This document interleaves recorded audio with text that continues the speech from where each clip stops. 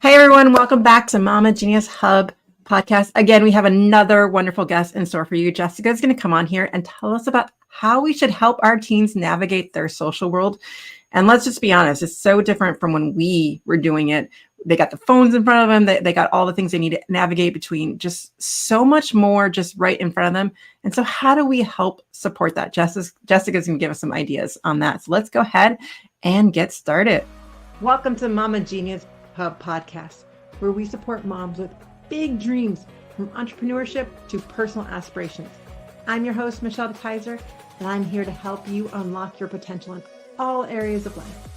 Join us as we explore strategies for thriving in motherhood while pursuing the dreams, the key to actually unlocking your genius. Subscribe now and embark on a journey to realize your fullest potential. Now, Jessica Speer is an award-winning author of books for kids and teens, including the phone book, Stay Safe, Be Smart, and Make the World Better with Powerful Devices in Your Hands. BFF or NRF, not really friends. It's such a different age with the middle school girls, especially. A Girl's Guide to Happy Friendships and Middle School. Safety Google advised. Blending social sciences, stories, and activities, her writing guides readers through tricky stuff that surfaced during childhood and adolescence. Welcome, Jessica. We're so excited to have you today. Thanks so much, Michelle. It's great to be here. I'm excited to chat with you. Me too.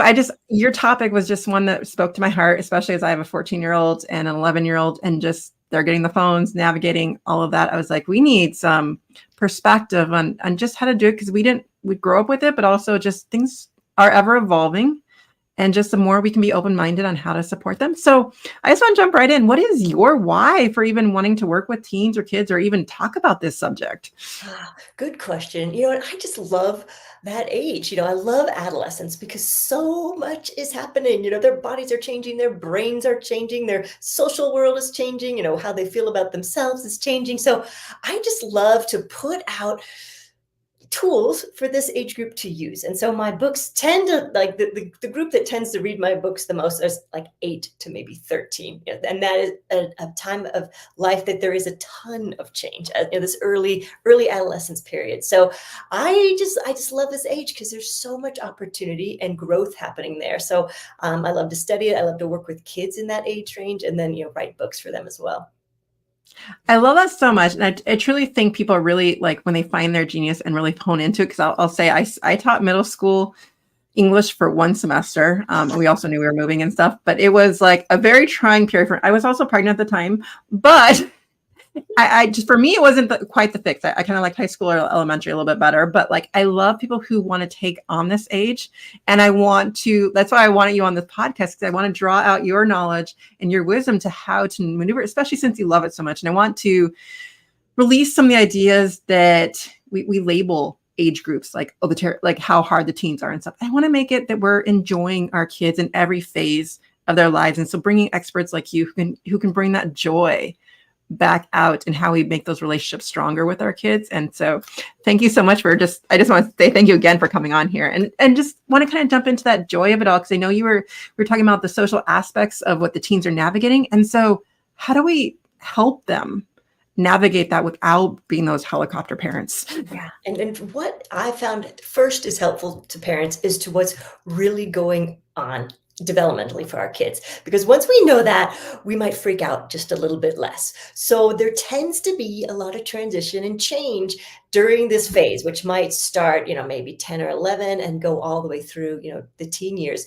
What's happening here is, kids are starting this process of individuating from their parents, which means, well, they spend their whole childhood kind of individuating from us, but it speeds up during this period. And during that period, they're putting a lot more weight in their friendships. Okay, so their peers, their opinions matter a lot, their friendships matter a lot, and parents in families taking just a little bit more of a back seat.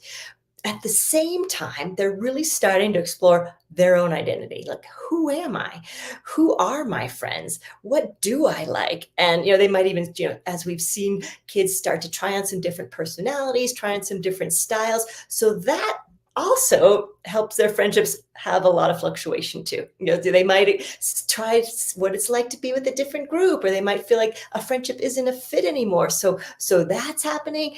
At the same time, where relationships are getting a little more complicated and require a little more social emotional skills, which are still rough. We spend our whole lives developing socially and emotionally. Things really ramp up during the adolescent years as kids are just starting to build these skills. Like, how do I speak up for myself? How do I solve conflict in healthy ways? How do I navigate and learn to manage my emotions? So all of that is playing out, and relationships and friendships are a training ground for all that. So what I like to say to parents is, yeah, sometimes this gets a little messy, but it's okay. Through all of these experiences, they're learning. And what we can do, what is so helpful on our end, is just to remain a really steady presence. Don't freak out if they come home and tell you something that sounds really horrible. Try not to go on that emotional roller coaster with them. Just settle yourself, take a deep breath, empathize, like, I am so sorry that happened. That sounds really hard. Tell me about that. So instead of, reacting with them, being a grounding place where they can come and share, and they know that it's safe with you and they can get things off their chest. So that's one of the best things we can do as parents. Sometimes we get in problem solving mode. I sometimes do that myself, but often, once kids get to that age, that's not actually what they need. What they need is, a sounding board to help them process their experiences and emotions out loud. I like to say the best thing you can do with your kids is just put your lips together and let the silence speak for itself, and just see what comes out from the silence, and not, like you said, sometimes it's in our instincts to try to fix it or try to do these things, but they need to be able to try to figure out, do I have the confidence to figure out the situation for myself? And then you can be that sounding board to let them come up with that solution in your presence when you close your mouth. But sometimes it's so hard. So it is such a practice, but if we think about it, as they're processing things out loud, they're starting to figure it out. So just that process of putting it in words, or if they're not into that, maybe they can journal or something, but putting things into words helps them start to figure things out on their own. So that's actually an important step of the process. It helps them start to navigate and let go some of those emotions, is actually acknowledging them and putting words to them. So by keeping our mouth shut, we can help with that process. And there's nothing more healing than feeling heard. Oh my gosh, so true. And just to think about how you feel when you're actually heard by someone who doesn't cut you off and say, well, I think you should do this. Yeah. And I mean, how many of you can think of your spouse doing that to you, your friends doing that to you, and now someone who's trying to figure that out for themselves, and at this age when things are so new to them. Yeah. The more we can empower them to really put their own thoughts and energy into it. And the beauty part is, when you allow them to do it, they're doing it in front of you versus trying to hide in a corner, doing it away from you. And that's the difference between the two. And really just right now, I think we need to put those listening skills to practice and really just focus on that as these teenagers start to emerge and make you want to pull your hair out. Yeah. And truly, it is different now. Growing up and what's happening with kids and their relationships, it's a different world. So often if we jump in with some advice, it is so off base, and that's going to just shut down.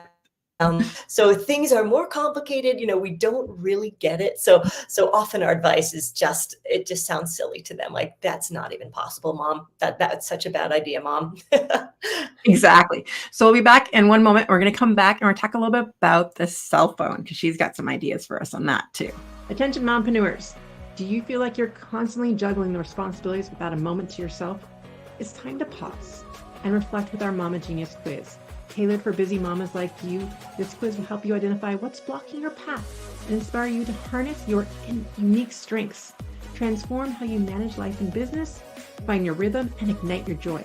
Visit mamageniushub.com today to discover your Mama Genius. And that's mamageniushub.com. And we're back. So we were talking before we got onto the podcast stuff, always in the back, but we were talking about which way do we go with this. And so we wanted to talk about the whole aspect of social development. And we were talking about how things have changed for us.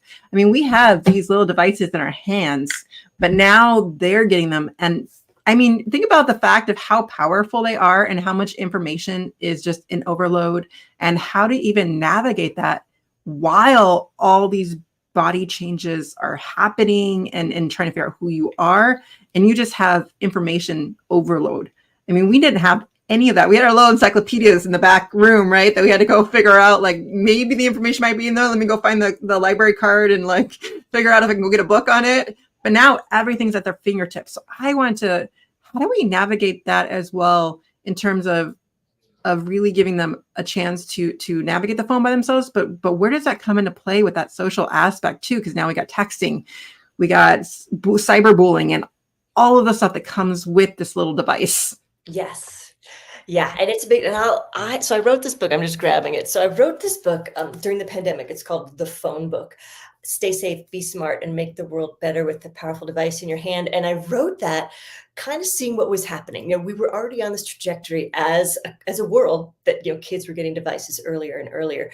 And I realized that the guardrails aren't really there in place yet, as far as like the safety belts for kids in the realm of technology. So I wanted to write that book to talk about all the things that we as parents want our kids to know before they get their devices. So that talks about stranger danger and privacy and cyberbullying and digital drama and social media and FOMO, all those things that come up that we want to make sure our kids are really aware of before they get their phone. But let me tell you this, Michelle, which has been really interesting. So since this book came out in 2021, after that, the book, it's an adult nonfiction called The Anxious Generation, came out by Jonathan Haidt. And I am seeing a shift on the ground. In fact, I talked last night at an elementary school for parents that want to get together and figure out how to delay giving their kids smartphones. So right now, the average age in America, the kids get a smartphone, is somewhere between 11 and 12. So it happens to be middle school.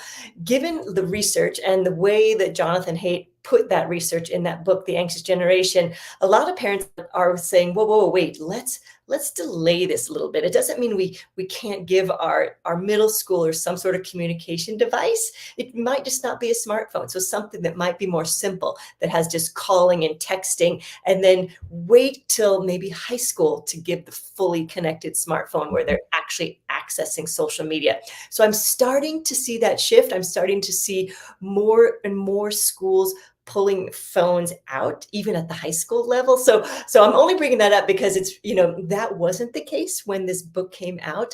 I'm seeing this, and I'm actually pleased about it, because what concerns me about these preteen, the early teen years, is there's so much going on in development, that, and their confidence drops. And then all of a sudden they have this active online presence, and, likes from friends mean so much. Comments from friends mean so much. And it can really tear up, young adolescents. All this peer feedback and the constant need to put themselves out there, it can really take a toll on their self-esteem. And it's part of the reason we're seeing so much increase in depression and anxiety in that age range. But there's a shift going on. Regardless, whenever you decide is the right time for your child or teen to get a fully connected smartphone and maybe get on social media, there's lots of conversations that go along with that.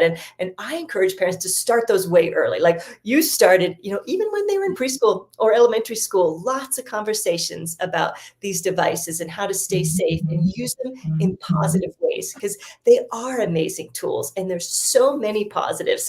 So we have to talk about all those positives, but then we also have to talk about the drawbacks and make them really aware of that too. Well, I love that so much. And I've actually seen, I think my kids in middle school, like my daughter just moved to 6th grade. So, and my son had a smartwatch for 2 years, but then we had to move over to the phones just based on like what was available. But I'm noticing like they were one of the last ones. A lot of them are getting in elementary as well. But what I'm noticing, and so some of the things is like setting things into play before they get the phones. Like we don't have any social media apps on their phones. And right now, like for the 11-year-old, when they're 13, actually Google like takes you away from, like gives them full access to it. Like Google does it without even your permission. And like, there's nothing I can even do about it if I want him to be able to use it. Like it's fully accessed once they turn 13, but then you can still monitor. And so I think also setting guidelines for you and your kids in terms of how you're like, my kids know, I know their password. I can look at it anytime I want. If you set that up ahead of time, then you kind of already like, I'm not going to, setting up what are the expectations and decide what that is for your family, whatever that works for you. But doing that before you hand the phone to them. And I'll be honest with you, my son actually doesn't even want it at all. Yeah. And I love that. And so this sounds complicated, but if anybody listening searches family tech agreement, there are so many models out there. In fact, the American Academy of Pediatrics has a family tech agreement based on age. So if you've got a 10-year-old, it'll have a template for you. Here's what's appropriate developmentally for 10-year-olds. Common Sense Media has one, Healthy Screen. There's so many out there. So you can find one that is right for your family. And what I found, it's a great conversation starter. So, so bring the draft family tech agreement to the dinner table and talk about it. Talk about it as a family. Like, how do we want to be as a family? Where are our screen-free zones in the home? At what time do all the phones go away? And really get everybody's buy-in and participation. And then, of course, that tech agreement changes as they grow, as they get more responsible. That changes over time. So now I've got older teens, and we have a very different deal with phones. But we started very clear and a lot more boundaries until I knew they were ready for certain apps and things like that. So that is a great place to start. And you don't have to create a new wheel. There's tons of templates out there for families to talk about. I love that so much, just because like looking at what is already available, using what's in front of you. But to really have those conversations beforehand, sometimes they're uncomfortable, and sometimes, but you're like, you're not getting this without having these conversations first. We're having these agreements. And I mean, as soon as the kids come home, they just put their phones on the counter. Like, they don't even go to their rooms. And that's just something that they've actually decided. Like, neither of them really actually wanted the phone very much, but it was like, because they walked to school and stuff, that we just decided that they need it for those purposes. And so there aren't that many apps on it. They have to be approved before they get put on it. But again, these are all things that you can decide as a parent and child, what kind of agreement you want for that phone. But really, I just encourage you to put it into place before, not after, and just decide together, what does having a phone mean for your child versus giving them and then just like, oh, here, they can do whatever they want with it. I think that when we don't have those conversations is when we start to get into trouble. I don't know if you agree with me. Oh, for sure. And there's so much learning that has to happen. In fact, one thing I find that the parents are surprised by is kids don't even really know how to navigate a group chat. Like, they need help with how to navigate a group chat. I don't even know if I do. Yeah, exactly. So for instance, say your child or teen ends up in a group chat, and they really want to ask somebody or ask the group to meet somewhere. So they might put that out there, and just, you never know, these are young people. So it might, fall on deaf ears. There might be no response. Somebody might change the subject. So even helping them navigate that. So, one solution is, hey, how about instead of throwing this out to the whole group, why don't you ask so-and-so if they want to meet, and then go back to the group chat and say, so-and-so and I are meeting here at this time. Would you like to join us? Because, it's having a group try to figure out if they want to meet, where they want to meet, when they want to meet is really, it's not a pretty process. You don't want to. No, it is not. And even as adults, like all of a sudden you're like, no one's even responded. And then I mess up some play dates for the kids because I wasn't specific enough. And I tried to do ahead of time, and then it didn't work out when you put that all together. I love that so much. And also the other thing I want to throw out there and ask your opinion on it is the thing also with group chat is it's very easy to get into comparison mode when people start responding to different things. And how do we help navigate that a little bit too? Any suggestions on that? What I always say to my kids is never make assumptions. We have no idea why somebody didn't respond. And often, when it comes to teens, okay, maybe there's something conflict that we don't know about, but often their phone died. Having two teens, their phones are almost always dead. So someone's phone might have died. Somebody might have lost their phone. Somebody might have gotten busy and forgotten to respond. So constantly reminding our kids, don't make assumptions on a non-response, because we have no idea. But, with a young brain, they can tear themselves up and feel like, oh my gosh, something is wrong with this friendship when actually they just lost their phone, or died. So yeah, that is something we constantly need to remind them of, because it's hard. As I talked about earlier, friendships play, more of a role in their lives. So when it feels like it isn't going well, that's going to weigh heavily on their minds. I love that so much. And it comes into play. Like, I was also just even myself, like, I realized it's so easy to make an assumption in a text or an email because of the wording. And so even as adults, we're trying to navigate that too. But I've really just come to the conclusion to start asking more direct questions. And so I think the sooner we start teaching our kids to like not assume what it, but just politely ask, is this what you meant? Or is this what it is? Versus us, because when you assume, then that's when the mind starts telling you your story rather than what's actually happening. Oh yeah, and it's so hard to get clear communication through just text because, as we know, most communication is tone of voice, body language. So what they're seeing in text is just a small part of the picture. So it also helps to explain why this digital world is extra complicated for kids. It's hard to read all these dynamics going on. It was hard in person. When we were this age, it was hard enough in person, and now we shifted it all online. So the new term is digital drama. So when we were growing up, we just had drama, and now there's digital drama. So how that differs from our middle high school drama is it's shifted online and it's much more public, unfortunately. So if we might have had a conflict with somebody in the hall at school, now there's maybe a conflict playing out on Instagram or some feed or some group chat, and everybody's seeing it. So that's not ideal, but that's the world they live in. So that gets us back to digital stress that sometimes kids have. There's a lot for them to keep up with, whether it's making sure they like all the posts that their friends share and put positive comments. Girls are really dedicated to doing that, but it's hard to keep up with that, or keeping up with the Snapchat streak, or keeping up with what's going on TikTok. So it's a lot for kids to keep up on. So talk to them about that too, that that realizing, wow, that's a lot that you have to try to stay up on. And I found for my daughters, they like to take breaks in the summer, because in the summer they don't have to actually know what's going on on TikTok. They don't have to know what's going on with everybody's lives. And so it's a great time for them to just like pull back and just be kids and teens and get outside and have a much more relaxing life. And I often hear that they're jealous of us, that grew up in the 80s and 90s. They're kind of jealous of just the freedom that we had. My 8-year-old daughter's favorite song is the one about growing up in the 90s, and she doesn't even understand what half of it means, but she's like, I just love that song. But we'll be back in one moment. Do you ever feel like your own dreams are fading on you as you focus and keep everything together for your family, or been buried under laundry and school runs and endless to-do lists? They're so deep, you don't even know what they are anymore. The Mama Genius Hub is here to help you uncover that part of you again. Maybe you felt that pull to start a passion project, return to a hobby you once loved, or pursue a career that lights you up, but you're so caught in everyone else's needs that you keep slipping through the cracks. In just 15 minutes a day, our mini courses will help you reconnect with those dreams while finding a new rhythm in motherhood's beautiful, messy life. And best of all, you'll be doing it with a community of moms who truly understand the juggle and the joy. The Mama Genius Hub is a community who've been there and are here to support and inspire each other every step of the way. It's time to rediscover your spark, live in your genius, and inspire your kids by showing them how to follow their own passions.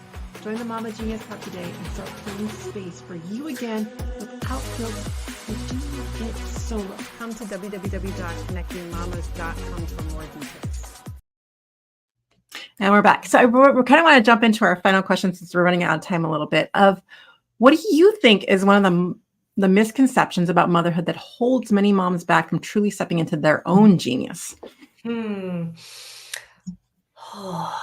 think that we can't do it all. So I think we have to give ourselves a lot of, there's no way to do this all perfectly, so pick the parts of your life that you just really want to try to do as best as you can and put your energy there. So maybe you're somehow trying to manage kids and family as well as work, and that's a lot right there. So knowing we can't do all those perfectly, but we can do our best to do the best in those, which a lot of that is taking care of ourselves, which I love the work that you're doing, Michelle, because that's such a key part of that. If we're taking care of ourselves, we're going to have a better chance of doing our best in those areas of life where we want to try to do our best. I feel like you've already answered the second part, was how do we shift that mindset? So I just kind of want to reiterate that it's like in taking care of ourselves first. And I know this saying has been on this podcast so many different times from so many different guests and stuff, but we can't put your oxygen amount off on first. You can't pour from an empty cup. But the truth is like when you're hungry, when you're irritable, like, and someone says something to you, what's going to happen is you snap back because, and so the same thing is when you're feeling that stress is that you feel that. And so your natural instinct is just, your reaction is to react rather than to respond. So when we start taking care of ourselves and doing those things, and really, I love how Jessica said that, realizing we can't do it all, but to pick the parts and do that our best and get support. And that's why this is podcast even exists, because I think that we need to do motherhood together, not by ourselves. So tell everyone, Jessica, how they can get hold of you, and you can respond to that as well. No, I totally agree. And I so appreciate your work. It's so important. It's so lonely if we're trying to do this all by ourselves. So thank you for doing that. And the easiest place to get hold of me is my website, which is speer.com, and that has links off to my socials, information about my books. I also have a free monthly e-newsletter, and I talk all about kids and teens and ways to stay connected as a family, and how to stay safe online and develop healthy friendship skills. So that's all available on my website. So that's the easiest way, and you can reach out to me there too. I love that so much. And so I'm going to put you backstage for just a moment as I give the key takeaways from today. So we'll have Jessica back in just a moment. So we're looking at what an inspiring conversation of just how do we help navigate in this different reality that we never had, right? Growing up in the 90s, we didn't have all that. Remember our phones that were attached to the walls and we're like holding those over? That doesn't exist. Everything is like at their fingertips. So let's go through our 5 takeaways. What's really going on developmental wise? So she really broke that down for us from the 10 to 11, like that they're really individualizing who they are. They're now weighing in on friendships more. They're figuring out who I am. What do I like now? And so it's not their need to adjust to who they're going to be rather than that where they were always attached to us. And so it's giving them that leg, that breath to do that, which leads us into number 2, our takeaway is being that grounding place. And realizing that they're working on their social emotional skills and learning how to solve those conflicts and navigate those emotions so that we are pursing those lips together and really being that steady presence for them and being empathetic to it. And I love how Jessica said, not to be on their emotional roller coaster with them and react with them, but rather just being that sounding board, that grounding space for them to come release that to, because they have so much going on during the school day or wherever they're navigating their with their friends. And then takeaway number 3 is putting things into words and to help figure them out. So remember that there's, Jessica also pointed out there, the 2 ways to release the thoughts from our heads are by journaling or talking aloud. So when we help them realize that, and maybe we have journalers here, maybe people like talk it out. And so they do like talk it out, really, again, going back to being that grounding board in that place they can do that, or providing that space and that security of helping them figure out where they can journal the things that they can do and do it safely so they don't have siblings looking over their shoulders or things, and figuring out, having that conversation with how to keep that to themselves. And then number 4 takeaway is that having that safety belt into place.